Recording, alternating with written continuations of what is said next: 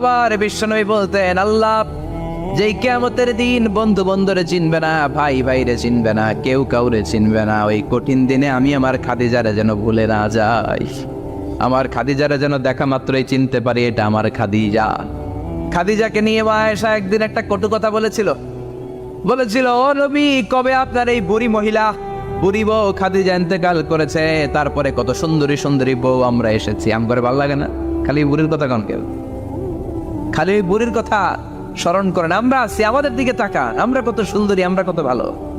বিশ্বনবী রেগে গেলেন, মা আয়েশাকে এইভাবে ধরলেন। জীবনে কোনোদিন কোনো স্ত্রীর গায়ে হাত তোলে নাই, শুধু ওই দিন মা আয়েশাকে এইভাবে ধরেছিলেন আর বলেছিলেন, আয়েশা খবরদার জীবনে এই কথা বলবা না, আমার খাদিজা আমার বিপদের দিনের সঙ্গিনী, তোমরা আমার সুখের দিনের সঙ্গিনী, তোমরা কেউ আমার সাথে জেল খাটো নাই, খাদিজা আমার সাথে জেল খেটেছে 3 বছর। কয় বছর?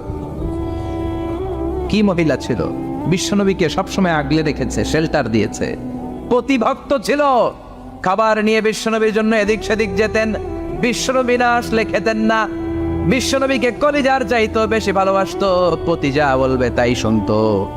ও মায়েরা, খাদিজাতুল কুবরার জীবনী থেকে আপনাদের জন্য শিক্ষা হলো প্রতিভক্তি। কি ভক্তি? এখন প্রতিভক্তি নাই, আমরা করি নারী ভক্তি। এখন নারী নির্যাতন কমে গেছে বাংলাদেশে, বেড়ে গেছে পুরুষ নির্যাতন। কথা কন, এখন আমরা ভক্তি করা লাগে, আমরা ভক্তি না করলে ঘরে খাওয়ান নাই, এরকম ঝামেলা আছে না নাই? কথা বলেন।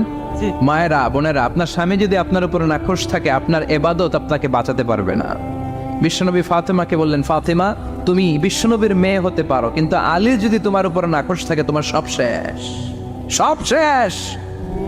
আবার বিশ্বনবী বললেন, আমি যদি এক আল্লাহ ছাড়া কারো সামনে মাথাটা নত করার বিধান দিতাম, এক আল্লাহ ছাড়া যদি কাউকে সেজদা করতে আমি বলতাম, আমি দুনিয়ার সব নারীদের বলতাম স্বামীর পায়ে সেজদা দিয়ে পড়ে থাকো।